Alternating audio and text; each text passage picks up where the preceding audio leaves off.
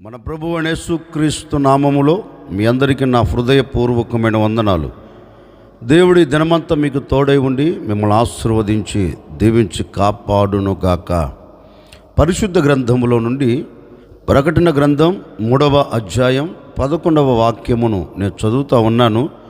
మీ పరిశుద్ధ గ్రంథమైన బైబిల్ తెరచి చూడండి. నేను త్వరగా వచ్చుచున్నాను, ఎవడునూ నీ కిరీటం నపహరింపకున్నట్లు నీకు కలిగిన దానిని గట్టిగా పట్టుకొనుము. దేవాతి దేవుడు ఒక సంఘానికి హెచ్చరికతో కొన్న మాట చెప్తున్నారండి. ఆ సంఘముతో హెచ్చరికతో కొన్న మాట చెప్తున్నారు. సంఘమా, మీరు చివరి రోజులలో నిలిచి ఉన్నారు. నేను త్వరగా రాబోతున్నాను. క్రొత్త నిబంధన సంఘము కొరకు క్రీస్తు రక్తముతో కడగబడి పరిశుద్ధ సమూహముగా చేర్చబడి పరలోక పట్టణమునకు ఎదురు చూస్తున్న ప్రజల కొరకు ప్రభు రాబోతున్నాడు గనుక వారిని చూచి వారికి ఒక శ్రేష్టమైన మాట చెప్తున్నాడు. నేను త్వరగా రాబోతూ ఉన్నాను. నా రెండవ రాకడ త్వరగా జరగబోతూ ఉంది. నేను త్వరగా ప్రత్యక్షపరచబడబోతున్నాను గనుక మీరు చేయవలసినది ఏంటి అంటే, నేను దేన్నైతే మీకు అప్పగించానో, దేనినైతే మీ చేతులకు ఇచ్చానో, పరలోక రాజ్యములో ప్రవేశించున్నట్లు, నా ఎదుట మీరు నిలబడినట్లు, నా ముఖదర్శనము మీరు చేయునట్లు, నా సన్నిధిలో మీరు నిలిచి నాతో పాటు యుగములు మీరు కలిసి నడుచున్నట్లు నేను ఏదైతే మీకు అప్పగించానో దాన్ని ఏం చెయ్యాలంటే మీరు విడిచిపెట్టకుండా గట్టిగా పట్టుకోనండి. నేను అప్పగించిన దాన్ని మీరు గట్టిగా పట్టుకోగలిగితే నేను ప్రత్యక్షమైనప్పుడు మీరు నా ఎదుట నిలబడుతారు అని ఆ సంఘానికి ఒక శ్రేష్టమైన మాట అండి. ప్రభు రాకడను గురించి ఒక శ్రేష్టమైన మాట చెప్తున్నారు.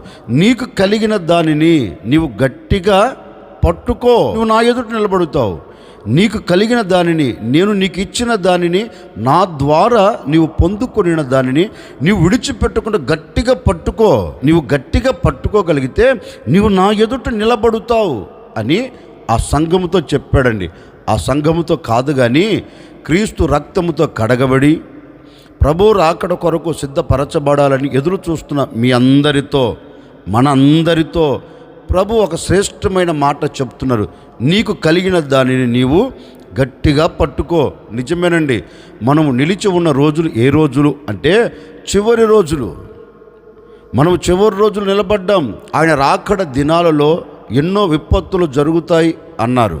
ఆయన రాకడ దినాలకు సూచనలు ఏంటి అడిగితే, నా రాకడ దినాలలో భూకంపాలు కలుగుతాయి, దేశం మీదకి దేశాలు వచ్చి పడుతాయి, మనుషుల మీదకి మనుషులు వచ్చి పడుతారు, కరువులు, అవంతరాలు, ఆటంకాలు ఎన్నో వస్తాయి. వీటన్నిటిని చూచినప్పుడు మీరు ఆలోచించవలసింది ఏంటంటే, ప్రభువు సమీపంగా ఉన్నాడు, ప్రభు రాకడ సమీపంగా ఉంది అని మీరు ఆలోచించి మీరు ధైర్యాన్ని విడిచిపెట్టకుండా నా రాకడకు మీరు సిద్ధపడండి అంటాడండి. నిజమే, ప్రభు రాకడ సమీపంగా ఉంది అని మనం తెలుసుకునే దానికి మన కనుల ముందే జరుగుతున్నాయండి విపత్తులు, ఆటంకాలు చూస్తున్నాం, భూకంపాలు చూస్తున్నాం, దేశం మీదకి దేశాలు లేస్తున్నాయి, మనుషుల మీదకి మనుషులు విరుచుకబడుతున్నారు. ఇవన్నీ మన కంటికి కనబడుతున్నప్పుడు మనం గ్రహించవలసింది ఏంటి అంటే, ప్రభు సమీపంగా ఉన్నాడు, ఆయన త్వరగా రాబోతున్నాడు గనుక ఈ లోకములో నేను విడవబడకుండా, ఈ లోకములో నేను కలిసిపోకుండా, దేవుడు నాకు అప్పగించినది, దేవుడు నా చేతులకు ఇచ్చినది, నేను దాన్ని విడిచిపెట్టకుండా నేను ప్రభు ఎదుట నిలబడినట్లుగా నేను దాన్ని గట్టిగా పట్టుకోవాలి అనే ఆశ, అనే కోరిక మనలో ఉన్నప్పుడండి నిశ్చయముగా ప్రభు ప్రత్యక్షమైనప్పుడు ఆయన ఎదుట నిలబడుతాం. అందుకని ఒక సేవకుడిగా నేను మీకు అందించాలి అనుకున్న సందేశం ఏంటంటే, ప్రభు నీకు అప్పగించిన దానిని విడిచిపెట్టకుండా నీవు గట్టిగా పట్టుకోగలిగితే, ఈ చివరి దినాలలో నీవు దేవుని కొరకు నిలబడగలిగితే, ఈ చివరి దినాలలో నీ అడుగు జారిపోకుండా, నీ అడుగు పడిపోకుండా నీవు గట్టిగా పట్టుకొని నిలబడగలిగితే దేవుని ఎదుట నీవు ఖచ్చితంగా నిలిచి ఉండబోతూ ఉన్నావు. అందుకే ప్రభు అంటారు, నీకు కలిగిన దాన్ని నువ్వు గట్టిగా పట్టుకో అంటారు. మనం దేనిని గట్టిగా పట్టుకోవాలి విడిచిపెట్టకుండా? ప్రభు రాకడలో మనము ఆయన ఎదుట నిలబడాలి అంటే, ప్రభు ప్రత్యక్షమైనప్పుడు ఆయన ముఖ దర్శనము చెయ్యాలి అంటే మనము దేనిని గట్టిగా పట్టుకోవాలి? పరిశుద్ధ గ్రంథములో నుండి ఒక మాట నేను మీకు జ్ఞాపకం చేస్తాను. దైవజనుడైన పౌలు రాసిన హెబ్రీ పత్రిక 3వ అధ్యాయం 12వ వాక్యము నుండి నేను చదువుతాను. మీ పరిశుద్ధ గ్రంథమైన బైబిల్ తెరచి చూడండి. సహోదరులారా, జీవము గల దేవుణ్ణి విడిచిపోవునట్టి విశ్వాసము లేని దుష్ట హృదయము మీలో ఎవడి ఎందైనను ఒకవేళ ఉండునేమో అని జాగ్రత్తగా చూచుకునుడి. నేడు మీరు ఆయన శబ్దం వినిన ఎడల కోపం పుట్టించినప్పటి వలె మీ హృదయము కఠినపరుచుకొనకుడి. మీ హృదయములను కఠినపరుచుకొనకుడని ఆయన చెప్పెను గనుక పాపము వలన కలుగు భ్రమచేత మీలో ఎవడునూ కఠినపరచబడకుండునట్లు నేడు అనబడు సమయం ఉండగానే ప్రతిదినం ఒకరినొకడు బుద్ధి చెప్పుకొనుడి.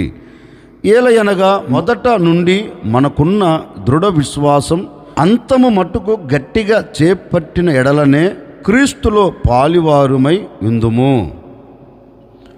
దైవజనుడైన పౌలు సంఘానికి ఒక పత్రిక రాస్తూ ఆ పత్రికలో ఒక శ్రేష్టమైన మాటను పొందుపరుస్తున్నారండి. చూడండి, మనము నిలబడినది చివరి రోజులలో. ఈ చివరి రోజులలో మీరు చేయవలసినది ఏంటి అంటే, ఒకవేళ మీరు విశ్వాస సంబంధులు కాక మీరు అవిశ్వాసులుగా మలచబడుతారేమో.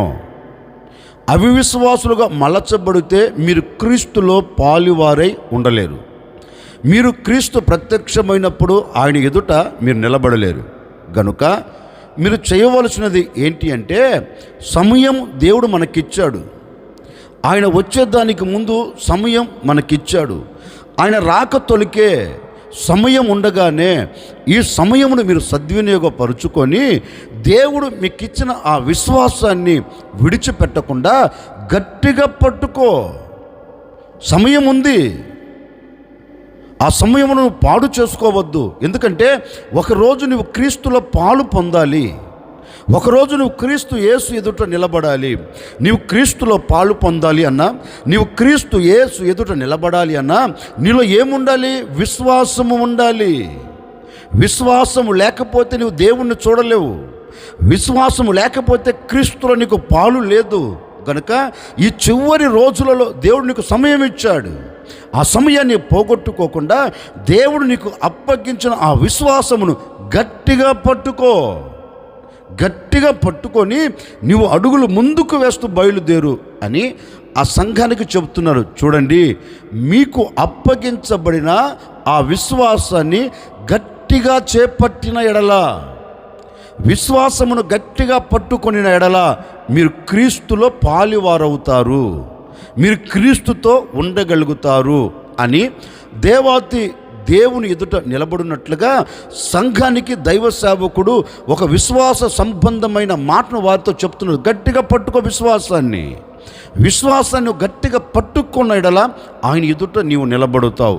అందుకే పౌలు కూడా చెబుతాడండి ప్రియమైన కుమారునితో, తిమోతి, నా విశ్వాసమును నేను కాపాడుకున్నానయ్యా. నా బ్రతుకు దినములన్నిట నా విశ్వాసం ఏంటో తెలుసా? ఒకరోజు నేను ప్రభువును చూడాలి, ఒకరోజు నేను ప్రభు ఎదుట నిలబడాలి.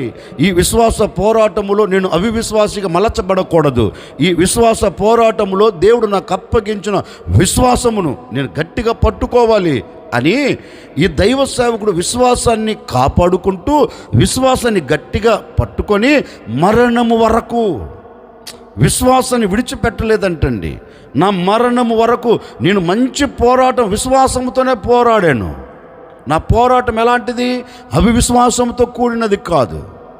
నా విశ్వాసం ఎలాంటిదంటే, నా పోరాటం ఎలాంటిదంటే, నిశ్చయముగా నేను దీన్ని సాధించగలను, నా ప్రభువును నేను చూడగలను, నా ప్రభు ఎదుట నేను నిలబడగలను అనే ఒక దృఢ విశ్వాసము చేత నేను అడుగు ముందుకు వేశాను.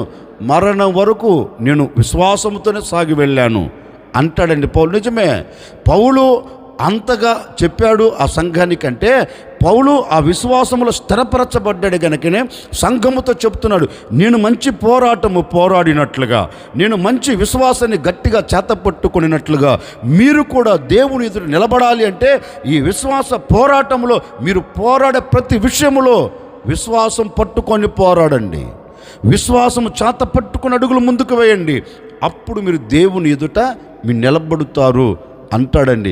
నిజమే, ఈ రోజున మనలో లేనిది, మనలో కంటికి కనబడకుండా మరుగైపోయినది ఏంటంటే దేవుని ఎదుట నిలబెట్టగలిగిన విశ్వాసం మనలో లేదండి. చిన్న చిన్న వాటికే విశ్వాసాన్ని కోల్పోతున్నాం, అవిశ్వాసపు స్థితిలో నిలిచిపోతూ ఉన్నాం. మనం దేవుని సన్నిధిలోనికి వచ్చేది ఎందుకంటే ప్రభువుని చూడాలి అని. ఆ ప్రభువుని నువ్వు చూడాలి అంటే నీలో ఉండవలసింది ఏంటో తెలుసా? విశ్వాసం. ఆ విశ్వాసం నువ్వు గట్టిగా పట్టుకుంటే తప్పక ఈ రెండవ రాకడలో ప్రభువుని నువ్వు చూడగలుగుతావు, ప్రభువుని నువ్వు చారగలుగుతావు. అందుకే ఓ సేవకుడిగా చెప్తున్నానండి, ఇప్పటి వరకు అవిశ్వాసపు అంచులో నువ్వు నిలబడిపోయావేమో, అవిశ్వాసపు అంచులో నిలబడిపోయి ఒకవేళ దేవునికి దూరం అయిపోతున్నావేమో. ఈ మాటలు వింటున్న నీవు మనసు వికసించబడి మరలా నీ హృదయాన్ని పురికొల్పుకొని నీ ఆత్మ సంబంధమైన జీవితం మరలా మార్చుకొని విశ్వాసంలోనికి నువ్వు రాగలిగితే, విశ్వాసం గట్టిగా పట్టుకోగలిగితే తప్పక నువ్వు నా దేవుని ఎదుట నిలిచి ఉండబోతూ ఉన్నావు. చూడండి, లేఖనములో కూడా మనం చదివితే లేఖనములో ఒక మాట రాయబడిందండి. దైవజనుడైన మోసే 12 మందిని పిలిచి ఆ వాగ్దానము చేయబడిన దేశం ఎలా ఉందో ఒకసారి చూచిరండి అని 12 మందిని పిలిచి పంపించారండి. ఈ 12 మంది వెళ్ళారు, వాగ్దానము చేయబడిన దేశంలో అడుగుపెట్టారు, తినవలసిన పనులన్నీ తిన్నారు, తిరిగే స్థలమంతా సంచరించారు. చిన్నగా 12 మంది సమాజం దగ్గరికి వచ్చారు. ఈ 12 మందిలో 10 మంది చెప్తున్నారు, అయ్యా భూమి శ్రేష్టమైనదే, ఫలాలు శ్రేష్టమైనవే, కానీ ఆ దేశములో ఉన్న శత్రువులు మామూలు కాదు, ఉన్నత దేహులు. వారి ఎదుట మనం ఎలా ఉన్నామో తెలుసా? చీమల వలె, మిడతల వలె వీరికి వీరే అవమానపరుచుకుంటున్నారండి. వారి ఎదుట మనం నిలబడలేము. వారు అజ్ఞానుబాబుల్లాగా ఉన్నారు, ఉన్నత దేహులు, బలవంతులు. ఆ దేశమును మనం స్వాధీనపరుచుకోలేము అని అవిశ్వాసపు మాటలతో ప్రజలందరినీ భయపెడుతున్నారండి. ఈ ప్రజలు కూడా ఆందోళన చెందుతున్నారు. నిజమే కదా, వీరు వెళ్ళి ఆ ప్రాంతాన్ని దర్శించి ఆ ప్రాంత ప్రజలను చూచి వచ్చారు కదా, నిజమే మనం వెళ్ళలేం అన్నట్లుగా అందరూ అవిశ్వాస పంచులోనికి వెళ్ళిపోయారండి. ఇక ఇది జరగదు అన్నట్లుగా ఆ 12 మందిలో 2 వచ్చారు. 10 మంది ఏమో అవిశ్వాసపు మాట వారి నోట ఉంది, 10 మంది నోట. కానీ 2 వచ్చి ఒకటే అంటున్నారు. చూడండి, వీరు చెప్పినట్టే వారు ఉన్నత దేహులు, నిజమే, వారి ఎదుట మనము నిలబడలేం, వాస్తవమే. కానీ మన దేవుడు మనతో ఉన్నాడు గనుక ఆ శత్రువుల మీద దేవుడు మనకు జయం ఇవ్వబోతున్నాడు కనుక నిశ్చయముగా ఆ దేశమును మనం స్వాధీనపరుచుకోబోతూ ఉన్నాం. చూడండి, ఒక 2 నోట విశ్వాసముతో కూడిన మాట వారు చెబుతున్నారు. ఐగుప్తు విడిచిన నాటి నుండి ఈనాటి వరకు ఎన్నిటి మీద దేవుడు మనకు జయం ఇవ్వలేదు? మన ఎదుట నిలబడిన శత్రువులను అణిచివేయలేదు? మన ముంగిటి నిలబడిన శత్రువులను అణిచివేసి మనకు జయమిస్తూ నడిపిస్తూ వచ్చిన దేవుడు ఆ ప్రాంతంలో శత్రువుల మీద ఎందుకు జయమివ్వడు?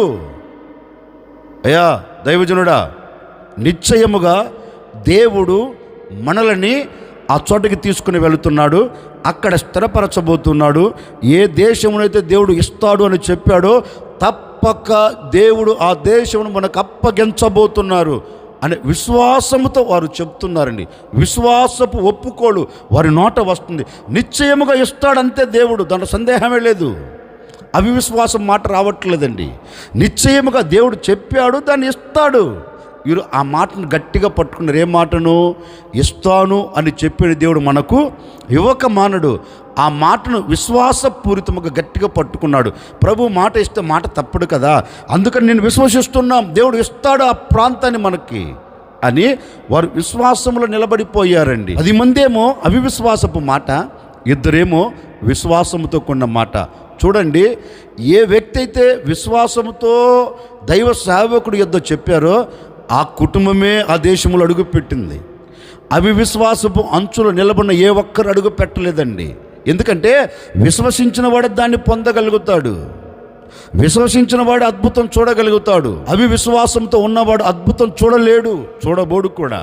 వీరు విశ్వసించారు, అద్భుతం చూశారు, ఆ దేశంలో స్వాధీనపరుచుకున్నారు. ఎలా వెళ్ళగలిగారు, ఆ దేశంలో ఎలా అడుగు పెట్టగలిగారు అంటే వారు అంటారు, మా విశ్వాసమే మమ్మల్ని ఆ దేశంలో నిలిచి ఆ దేశంలో ఉన్న సారము మేము అనుభవించినట్లుగా మా దేవుడు ఈ దేశాన్ని మాకు శాశ్వతంగా అప్పగించారు అంటారండి. ఈ ఉదయకాల సమయంలో ఒక సేవకుడిగా నేను కూడా మీతో చెప్పాలి అనుకున్న నా దేవుని మాట ఏంటంటే, ఇంతకాలం నీ కుటుంబం పట్ల ఎందుకు అద్భుతం జరగట్లేదు? ఇంతకాలం నీ కుటుంబం పట్ల ఎందుకు ఆశ్చర్యమైన కార్యం జరగట్లేదు? ఇంతకాలం నీవు అనుకున్న గమ్యం ఎందుకు చేరలేకపోతున్నావు అంటే, నీలో విశ్వాసపూరితమైన మాట లేదు, నీవు విశ్వాసాన్ని గట్టిగా పట్టుకోలేదు. అందుకే ఏ అద్భుతం నువ్వు చూడలేకపోతున్నావు. సమస్యగానే ఉంది, బాధగానే ఉంది. సమస్యలు తొలగిపోవట్లేదు, అవమానాలు తొలగిపోవట్లేదు, నిందలు తొలగిపోవట్లేదు. కారణం ఏంటి అంటే, నీలో విశ్వాసం లేదు. నా దేవుడు చేయగలడు, నా దేవుడు అద్భుతం చేసి చూపించగలడు, ఈ కష్టంలో కూడా నా దేవుడు తప్పక అద్భుతం చేస్తాడు అనే విశ్వాసం నీలో లేదు గనుకనే నీవు అద్భుతం చూడలేకపోతూ వచ్చావు. ఈ ఉదయకాల సమయంలో నీవు దేవుని మీద విశ్వాసం ఉంచి ఆ విశ్వాసాన్ని గట్టిగా పట్టుకోగలిగితేనండి, నిశ్చయముగా కాలేబు యెహోషువ వాగ్దాన భూమిని స్వాధీనపరుచుకున్నట్లుగా నిశ్చయముగా నీవు కూడా స్వాధీనపరుచుకోవాలి. అంటే దేనిని నీవు పోగొట్టుకున్న దానిని, నీకు దూరమైపోయిన దానిని నీవు స్వాధీనపరుచుకోవాలంటే, నీ సమస్యలు తొలగిపోయి ఆనందము చూడాలి అంటే, నీ కష్టము తొలగిపోయి నువ్వు సుఖము అనుభవించాలి అంటే, విడిపోయిన నీ కుటుంబం మరలా కలపబడాలి అంటే, నీ కేసుల మధ్య నుంచి నువ్వు విడుదల పొందాలి అంటే, నీ సమస్యలన్నీ నీ ముంగిట నిలబడకుండా పారిపోవాలి అంటే, నిన్ను భయపెడుతున్న శత్రువులను ఎదుట నిలబడకుండా దూరపరచబడాలి అంటే, ఈరోజు విశ్వాసమును గట్టిగా పట్టుకోగలిగితే, విశ్వాసమును గట్టిగా పట్టుకొని దేవుని వైపు చూడగలిగితే, నిశ్చయముగా నా దేవుడు ప్రతిదీ నీ చేతులకు అప్పగించబోతూ ఉన్నాడు. పోగొట్టుకున్న సమాధానం మరలా పట్టుకోబోతూ ఉన్నావు, పోగొట్టుకున్న ఆనందం మరలా దేవుడు నీకు దయచేయబోతూ ఉన్నాడు. ఇబ్బందులు, ఇక్కట్లు, ఆటంకాలు, సమస్యల మధ్యలో నుండి నా ప్రభువుని బయటికి తీసుకొని వచ్చి నీకు సంతోషమును, ఆనందమును, నెమ్మదిని స్వాస్థ్యముగా నీ చేతులకు అప్పగించబోతూ ఉన్నాడు. ఈ దినము నుండి నీవు అనుకున్న ప్రతి కార్యము చూడబోతూ ఉన్నావు, నీవు అనుకున్న ప్రతి దానిలో విజయమును పొందబోతూ ఉన్నావు. ఇది సాధించలేను, ఇది నేను సంపాదించుకోలేను, దీన్ని చేరలేను అని నిస్సాయిస్తులు పడిపోయి ఉన్నావా? నీకే శుభవార్త, నీకే ఈ ఉదయకాల సమయంలో నా ప్రభు శుభవార్త చెప్తున్నారు. భయపడకు, నేను త్వరగా రాబోతున్నాను. నేను అప్పగించిన విశ్వాసం నువ్వు గట్టిగా పట్టుకోగలిగితే నిశ్చయముగా ఈ దినమే నువ్వు అద్భుతం చూడబోతూ ఉన్నావు, ఆశ్చర్యమైన కార్యం చూడబోతూ ఉన్నావు. అవిశ్వాసపు ఛాయ నీలో నుంచి నువ్వు దూరం చేసుకొని విశ్వాసాన్ని గట్టిగా పట్టుకోగలిగితేనండి, వారు చేరినట్లుగా నీవు కూడా తప్పక అనుకున్న గమ్యం నీవు చేరుదువుగాక. ఒకవేళ ఈ క్షణం వరకు ఉద్యోగం లేక బాధపడుతున్నావా? ఈరోజు నమ్మకం పెట్టు దేవుని మీద. నా ప్రభు నాకెందుకు ఇవ్వడు, నా ప్రభు ఎందుకు నా పట్ల అద్భుతం చేయడు? నేను పట్టుకున్నది ఎవరిని చాతకాని దేవుని కాదు కదా. నేను మొరపెట్టింది ఎవరికి? వినగలిగిన దేవునికి కదా. నేను మొరపెట్టింది ఎవరికి? సజీవుడైన దేవునికి కదా. నేను మొరపెట్టింది ఎవరికి? సృష్టికర్త అయిన దేవునికి కదా. మరి ఆ దేవుడు నా పట్ల ఎందుకు కార్యము చేయడు? నేను ఆరాధించే దేవుడు సజీవుడు కదా, ఎందుకు అద్భుతం చేయడు? నిశ్చయముగా నా దేవుడు నాకు ఉద్యోగం ఇవ్వబోతున్నాడని విశ్వసించి విశ్వాసాన్ని గట్టిగా పట్టుకో. తప్పక రాబోతున్న దినాలలో నీ ఉద్యోగం, నువ్వు కోరుకున్న ఉద్యోగాన్ని నా ప్రభు నీ చేతులకు అప్పగించబోతూ ఉన్నాడు.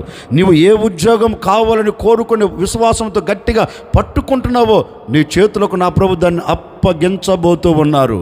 ఈ అనారోగ్యంకి విడిచిపెట్టి వెళ్ళదా అని అవిశ్వాసం వద్దు.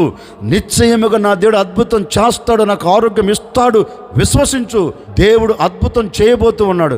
నీకు పరిపూర్ణమైన స్వస్థతను కలగ చేయబోతూ ఉన్నాడు. అందుకే ఈ ఉదయకాల సమయంలో దేని విషయంలో నువ్వు అద్భుతం చూడాలన్నా విశ్వాసాన్ని గట్టిగా పట్టుకుంటే తప్పక ప్రభు కార్యము చేయగలుగుతాడు. వాక్యం కూడా అంటుంది, నీ విశ్వాసమే నీ పట్ల అద్భుతం చేస్తుంది, నీ విశ్వాసమే నిన్ను స్వస్థపరుస్తుంది, నీ విశ్వాసమే నీ పట్ల కార్యమును చేయగలుగుతుంది.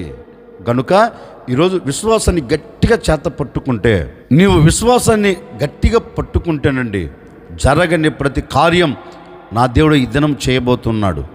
ఏ విషయంలో నువ్వు అధైర్యపడకుండా, వ్యాపారమా, చేతి పనా, వ్యవసాయమా, ఉద్యోగమా, ఆత్మీయ స్థితి, కుటుంబ పరంగా ఏ విషయంలోనైనా నువ్వు జయమును చూడాలి అంటే విశ్వాసాన్ని గట్టిగా పట్టుకోగలిగితేనండి ఈ చివరి దినాలలో ప్రతి విషయంలో నువ్వు అద్భుతమే చూడబోతూ ఉన్నావు, ఆశ్చర్యమైన కార్యమే చూడబోతూ ఉన్నావు.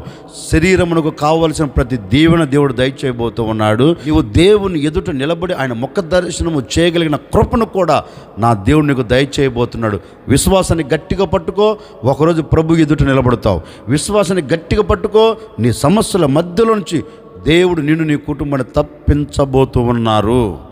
ఆశ్చర్యకరుడా, మీకు స్తోత్రాలు చెల్లిస్తూ ఉన్నాం. నాయన, ఈ ఉదయకాల సమయంలో మీరు మాతో మాట్లాడారు. నీకు కలిగిన దాన్ని గట్టిగా పట్టుకొనుము అని మీరు సెలవిచ్చి ఉన్నారు. మేము ఏం కలిగి ఉన్నామో దాన్ని మేము గట్టిగా పట్టుకుంటే మేము అద్భుతం చూడగలుగుతాం, మీ ఎదుట నిలబడగలుగుతాం అని మీ లేఖనాలు సెలవిచ్చినట్లుగా ఈరోజు విశ్వాసాన్ని గట్టిగా పట్టుకుని మా దినపు మనుగడ ప్రారంభించబోతూ ఉన్నాం. ఈ దినమంతా నాయన మేము అనుకున్న గమ్యం చేరునట్లుగా, మేము అనుకున్న దానిలో దీవెన చూచున్నట్లుగా అని ఎందరైతే కోరుకొని ప్రార్థన చేసుకుంటున్నారో ప్రతి కుటుంబానికి, ప్రతి వ్యక్తికి అలాంటి దీవెన, అలాంటి ఆశీర్వాదాన్ని కలుగ చేయండి. ఆత్మ సంబంధమైన జీవితం కూడా నీ ఎదుట నిలబడగలిగిన కృపను, నిన్ను చూడగలిగిన ఆ ధన్యతను ప్రతి ఒక్కరికి మీరు దయచేసి మీ ఘనమైన నామమునకు మహిమ తెచ్చుకోమని యేసు నామములో అడిగి వేడుకొనుచున్నాము తండ్రి, ఆమెన్. ఈ దినమంతా నువ్వు దేనినైతే చూడాలని ఆశపడుతున్నావో, దేనినైతే చేరాలని కోరుకుంటున్నావో తప్పక ఈరోజు విశ్వాసాన్ని గట్టిగా చేతపట్టుకొని ఆయన వైపు నువ్వు చూడగలిగితే నీవు అనుకున్న గమ్యం నీ కుటుంబం చేరునుగాక. ఆమెన్.